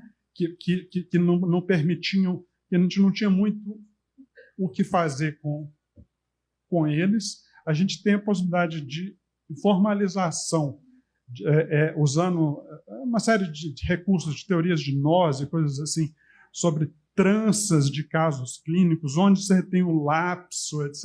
É claro que a gente tem que aprender a usar, a gente tem que aprender a fazer esses prompts, etc., mas a gente tem recursos de formalização que estão disponíveis para nós, tá? E eles são bastante saborosos. Muchas gracias, Gilson.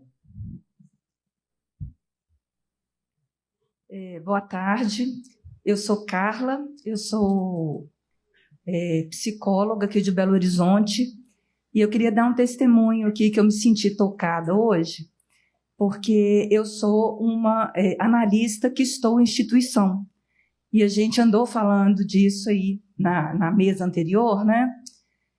E todo o discurso que eu estou ouvindo hoje aqui, os aprendizados, estão culminando num entendimento meu do que é o meu fazer na instituição, porque sou também preceptora dentro da instituição. E, enquanto preceptora, não me sinto ameaçada pela IA, justamente porque ali tem a dimensão da prática, da surpresa que se apresenta a cada caso clínico, e acho muito importante a conversa articulando que foi falado antes, a gente ter mais presença dentro das instituições. E aí eu tive uma compreensão de que quando o Jordão falou de infiltrar, a impressão que eu tenho é que a infiltração lá no campo, eu trabalho no Serção Oeste, ela é dupla, porque é uma infiltração como uma psicanalista dentro da instituição, mas é também uma infiltração no discurso do capitalismo. Então, eu acho que isso é importante de ser dito, E achei muito interessante também entender que eu fui remontar a minha busca. Quando eu me formei e graduei em psicologia, o meu trabalho de TCC, de conclusão de curso, foi justamente a temática psicanálise e universidade. E eu não entendia naquela época que já tinha ali, talvez, um significado de uma certa infiltração, de uma certa clandestinidade, não sei se é a melhor palavra, mas que eu hoje faço correlação com a minha prática dentro da instituição.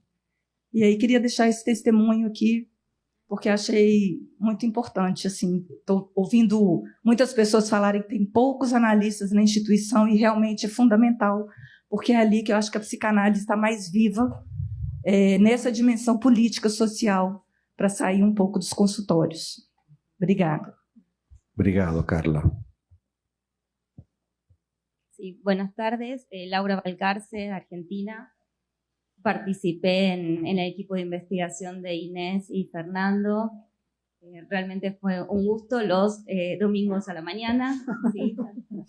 Como decía Inés, tomamos un poco el impulso de la revista virtual, ya que es para quienes no la conocen, la revista digital de la Escuela de la Orientación Lacaniana, en donde trabajamos sobre la inteligencia artificial y, digamos, desarrollamos un trabajo, una conversación muy interesante con los colegas de las distintas escuelas. Quería retomar algunas cuestiones frente a la pregunta de Jackie, ¿no? ¿Qué hacemos? Me parece que tomar, y celebro también esta instancia, tomar los temas que circulan en la sociedad, que impactan en las subjetividades, en los jóvenes, es crucial para poder transmitir de alguna manera la potencia de la enunciación del psicoanálisis de la orientación lacaniana, porque ahí justamente donde nosotros nos retiramos avanzan otras corrientes, ¿no? Y sobre la inteligencia artificial en la facultad podemos decir que hay un montón, y ahí donde nosotros no damos una lectura, esa lectura la dan, digamos, otros colegas y avanzan otras orientaciones. Eso me parece una cuestión, digamos, fundamental que estemos en la universidad. Esto es algo que quiero agradecerle a Inés Sotelo, también ella hace mucho por la universidad y transmite muchísimo esta posición de poder ocupar los lugares en la universidad. Y creo que la transmisión del psicoanálisis transmitimos un modo de leer, ¿no? Y hay algo de la transmisión que hacemos que excede en las aulas, excede la clase magistral, en las cátedras de Inés, por ejemplo, invitando a los alumnos al teatro. Y eso es transmitir el psicoanálisis y transmitir un modo de leer. Y los alumnos se enganchan mucho con eso y es bien interesante. Y quería tomar finalmente esto que traías, Carolina, de la satisfacción ligada a la errancia. Yo pensaba en la satisfacción también ligada a cuando algo precipita en los alumnos, cuando hacemos una, digamos, determinada transmisión y captamos de alguna manera que eso tuvo una resonancia, y en las prácticas profesionales, cuando leemos semana a semana los informes de los alumnos y leemos la enunciación de ellos, como cuando empiezan no son los mismos que cuando terminan, ¿no? Y tomando esto que decía Clay del saber muerto, del saber vivo, o las preguntas, ¿no? que tomaba Roxana, cómo hacemos preguntas nuevas sobre los mismos textos. Creo que porque nosotros no somos los mismos, ¿no? Nuestras clases no son las mismas hace 10 años que ahora. Y me parece que hay una satisfacción, por lo menos para mí, también que comparto con muchos colegas, cuando algo de esto se encarna en los alumnos también. Y transmitimos, como algunas cuestiones muy fugaces, determinados modos de leer. Entonces quería tomar esa satisfacción ligada a la errancia y también a cuando algo precipita y toca, ¿no? a los alumnos, que me parece que es algo, lo diría así, precioso y que tiene que ver con el sabor y con las cosas del amor, ¿no? Que no se forcluyen y que están presentes, encarnadas en cada enseñante. Bueno, eso.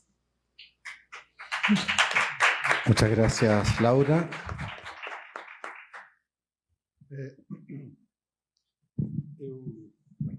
Chamo Antônio Teixeira, sou da UFMG, da EBP-MG. Eu queria fazer um comentário breve. Talvez eu não possa escutar o retorno desse comentário, porque eu tenho que sair correndo daqui, porque eu vou coordenar o cinema e psicanálise da Enapol, onde nós vamos ter a ocasião de assistir o Dolor e Glória, do magnífico Almodóvar. Bom, eu só queria fazer uma observação ligada ao uso da palavra, expressão do sintagma inteligência artificial. Porque se tem uma coisa que a inteligência artificial não é inteligente, no sentido em que a gente não deve confundir proeza com a inteligência. Não cabe a gente confundir façanha com inteligência. Se tem alguma coisa que faz um analista bocejar, é quando o paciente começa a ostentar suas façanhas, suas proezas. Não é isso que a gente procura inteligir no sentido de ler entre, intelegere, né? Ler aquilo que está entre as linhas. E aquilo que está entre as linhas é aquilo que não tem representação no discurso. E por ser algo que não tem representação no discurso, suscita angústia, a causa do desejo. E nesse aspecto, não existe inteligência artificial porque não existe angústia artificial. Eu penso que é um ponto muito sensível do que a gente escuta na nossa clínica, e nesse sentido, né, a Carolina falou do rumor da língua do Barthes, eu acrescentaria o afeto da angústia e de certa maneira, ampliaria o comentário do Fabian Feinwax, quando ele diz que o ser falante, de certa maneira, a sua carência de inteligência é que ele segue um programa de gozo. A inteligência artificial ela segue um programa de gozo e é justamente no nível né, do que se comentou aqui do erro, de uma certa celebração do erro, que me parece importante colocar uma ênfase justamente na angústia como um afeto coextensivo da inteligência. Obrigado. Obrigado, Antonio. Doy la palabra a Carolina Corez. Simplemente para retomar algunas de las intervenciones excelentes, cada una porque hace surgir un elemento diferente. Voy a empezar por la de Antonio porque se está yendo, entonces voy rápido. No, me parece que voy a empezar por la de Antonio porque nos permite hacer una vuelta. Esto que tú dices, Antonio, de la angustia, de la inteligencia, ¿qué llamamos inteligencia finalmente? ¿Por qué? Porque me parece que hay un elemento fundamental en el análisis que tenemos que hacer nosotros. Es un análisis casi de deconstrucción del lenguaje utilizado, ¿no? No tomar inteligencia artificial, sino hacer la pregunta, ¿qué es inteligencia? ¿Qué le estamos llamando inteligencia? Que eso es lo que tú destacas y que esta cuestión de la angustia me parece fundamental porque hay algo, lo hablábamos con Ana Viganó sobre esta cuestión de cómo tratar de dar una vuelta para no pasar por el otro en la confrontación. Hay un intento de no confrontarse al otro en todo lo que significa ir a extraerle el saber y que tiene que ver con la angustia que provoca el deseo y la demanda del otro. Y hay una tentativa de ir a preguntarle a la máquina y justamente no darse con la pregunta de me responde esto, pero ¿qué quiere? ¿Qué es la pregunta fundamental? Todos sabemos, por ejemplo, en los consultorios, cómo llegan los pacientes hablando de lo que significa, por ejemplo, tomar la palabra en un curso, levantar la mano, qué va a decir el compañero, qué va a pensar el profesor. Me dice eso, pero ¿qué quiere? Bueno, esa me parece que hay un elemento fundamental para pensar de por qué el parler, ¿no? El ser hablante, tiene ¿qué es lo que decía Jackie, ¿no? Sí. Jackie, de tentativa de exterminar lo humano. Y es lo que hablamos con Ana Viganó, que esta cuestión de inteligencia artificial lo que nos lleva en el fondo es a preguntar de la relación del humano con la máquina. ¿Qué pasa al humano con la máquina? Y que está en toda casi las ficciones entre las utopías, las distopías, la literatura, en el cine. Hay algo que está sucediendo a investigar de la relación que se establece a la máquina y efectivamente lo que llamamos inteligencia. Y es doy la vuelta para ir a Gibson, porque esto que Gibson decía, en esta tentativa, hay una ideología en juego, en esta tentativa de exterminar lo humano, lo que se trata es de no querer saber nada, que las guías están completamente alineadas. Es decir, que hay algo que uno se olvida pensando que la máquina responde, es que hay una concentración de poder porque las IA están completamente alineadas, es decir, que están programadas sobre una ética. Pero hoy están programadas sobre una ética, vamos a decir, más bien demócrata, para decirlo es decir, son más bien, responden, vamos a decir, correctamente, políticamente bien, vamos a decir, son feministas, son anticolonialistas, hoy son así, pero uno puede completamente programar una IA, no sé, nacionalsocialista, no sé, se la puede programar como se quiera desde cualquier, no sé, pueden ser espinosistas, kantianas, no sé, entonces, me parece que hay una idea en esto de que la máquina me responde, donde me respondería sin prejuicios. ¿Ah? Y eso es lo que tenemos que estar muy atentos porque están alineadas y pueden estar o alineadas de otra forma que desde el punto de vista políticamente correcto de hoy. Y no, quiero decir, me parece que es importante tener esta visión efectivamente de no dejarse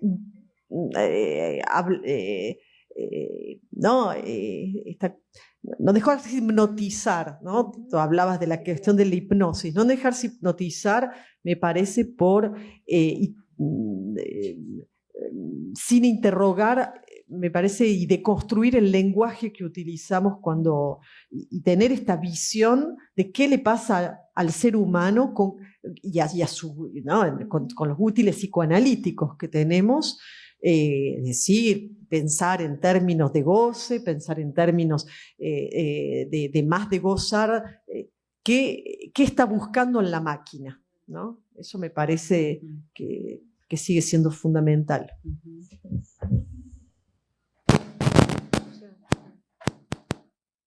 Hola. Hola.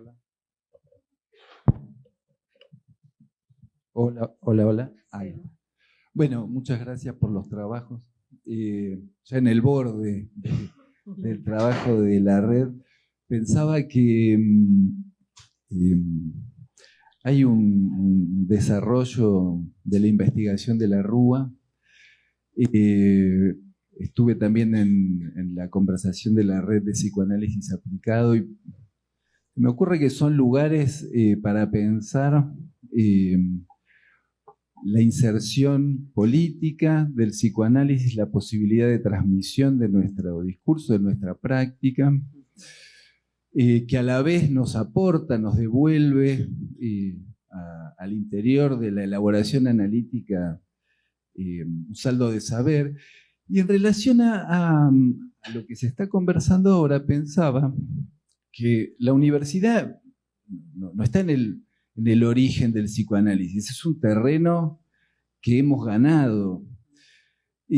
Pensaba si no habría que también ubicar un trabajo sobre las intervenciones en el mundo digital, digamos, una red de investigación, más allá de lo que podamos hacer en la Rúa, sobre cómo se habla y cómo podemos hablar nosotros para incidir en las redes, para incidir con la gente que va a estar cada vez más en relación a este gadget que es la inteligencia artificial, pero que, lo sigo a Lacan en ese punto, es un síntoma, o por lo menos no va a dejar de serlo, decía él en la tercera, ¿no? O era su idea.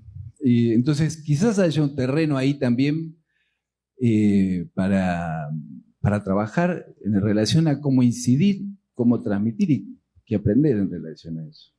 Sí, gracias. Muchas gracias. ¿Alguien de la mesa? Tenemos pocos minutos. Ahí puedo decir una perdón, cosita Ana, muy breve sí. en relación a esto último que traía Carolina. Primero, agradezco muchísimo los trabajos, la conversación y el día de hoy, porque creo que el día de hoy ha ido enlazando cosas profundamente importantes para situarnos en la época, preocupaciones que los psicoanalistas debemos tomarnos muy en serio, estar concernidos y leerlo de distintas maneras. Quiero tomar en este punto la perspectiva de la relación del hombre con la máquina, porque está clara en relación a la inteligencia artificial que nos dirigimos a las máquinas ahora de esta manera, y hay toda una fascinación, o fobia, o miedo, o prejuicios, ¿no? Apocalípticos, integrados. Nosotros no somos ninguno de esos, ¿no? Nuestro deber es leer, interpretar, captar, saber, darnos el tiempo de comprender. Pero me parece que hay otra gran dimensión en la época, que es la de pensar al hombre mismo como una máquina. Algunas neurociencias, las terapias cognitivo-conductuales de alguna manera, hay una intensidad desde hace décadas de pensar al hombre mismo como una máquina. Entonces tenemos las máquinas que quieren parecerse a los hombres, porque la inteligencia artificial tiene ese objetivo primigenio desde los años 60, las primeras invenciones, el primer, hoy diríamos chatbot, no era un chatbot, era una interacción vía mail, de carreta, tardaba un montón en contestar y había que escribir, no estaba la voz, no estaba la imagen, no había nada de eso, ni la inmediatez, pero la primera era una interacción que además fue, el modelo se llamaba Eliza, tenía un nombre femenino y era una terapeuta. El primero que se ha mostrado al mundo, el primer programa que se ha mostrado al mundo, era una terapeuta y que era una especie de caricatura de las terapias que hoy cualquier comediante podría hacer lo que hacía esa inteligencia artificial originaria. Era una terapeuta que contestaba con programas de tipo caricatura. Tiene que encontrar las palabras claves, repita las palabras claves que dijo el paciente. Si no lo encuentra las palabras claves, diga, ajá, ¿a usted qué le parece? Hábleme más, qué interesante. Y el otro sigue hablando. Pero el segundo modelo que hubo, que se mostró al mundo, era de pacientes, como bien dijeron ahora que hay en las universidades programas. En las dos perspectivas, de lo que se trataba era de pasar el test de Turing. Si ustedes lo reconocen, el test de Turing es si se puede distinguir si es una máquina o no. Ese es el problema mayor para nosotros, porque el objetivo es que no se distinga de un ser humano. Si no sabes si estás hablando con un ser humano o con una máquina, el margen de error que se mide allí, digamos, pasa la prueba, la inteligencia artificial es exitosa. No importa que mienta, no solo no importa, es necesario que mienta, porque si no, no se parecería a un ser humano. Es necesario que aprenda a entender chistes, no porque se ría, no, probablemente, pero que sepa cuál es el humor, porque si no, no. Es necesario un montón de cosas de lo que es la humanidad. Entonces nos vuelve la pregunta, ¿qué es la humanidad?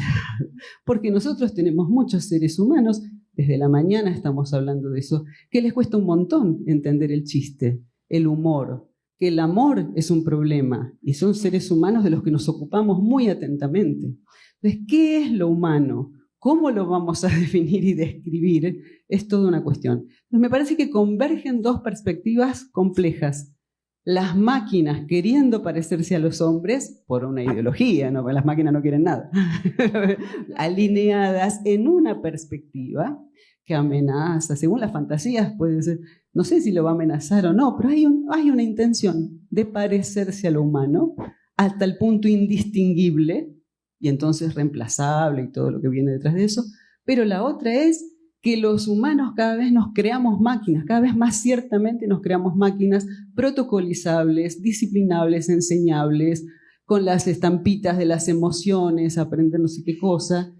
Esa convergencia me parece que es compleja y muy, muy valiosa de entender para los psicoanalistas. Y eso abarca entonces la universidad, el hospital, los centros de salud, el consultorio, la vida cotidiana en pleno en nuestra época. Me parece que esta jornada es maravillosa, la de esta conversación, pero la de todo el día, si vamos hilvanando las cuestiones desde esta perspectiva. Bueno, muchas gracias.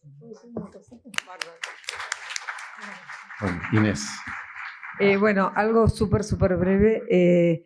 Yo creo que mientras tanto, mientras la inteligencia artificial no ocupe todo, me parece que es clave, esto de seguir reuniéndonos, seguir investigando en forma conjunta y donde bueno, la Argentina tiene muchos problemas, pero lo cierto es que haya muchos psicoanalistas en las universidades y muchos lugares en la universidad ocupados, ¿no? Como en las distintas universidades, también ha hecho que los psicoanalistas ocupemos muchos lugares en la salud pública, ¿no? En casi todas las guardias del país tenemos psicólogos, psicoanalistas, la mayoría.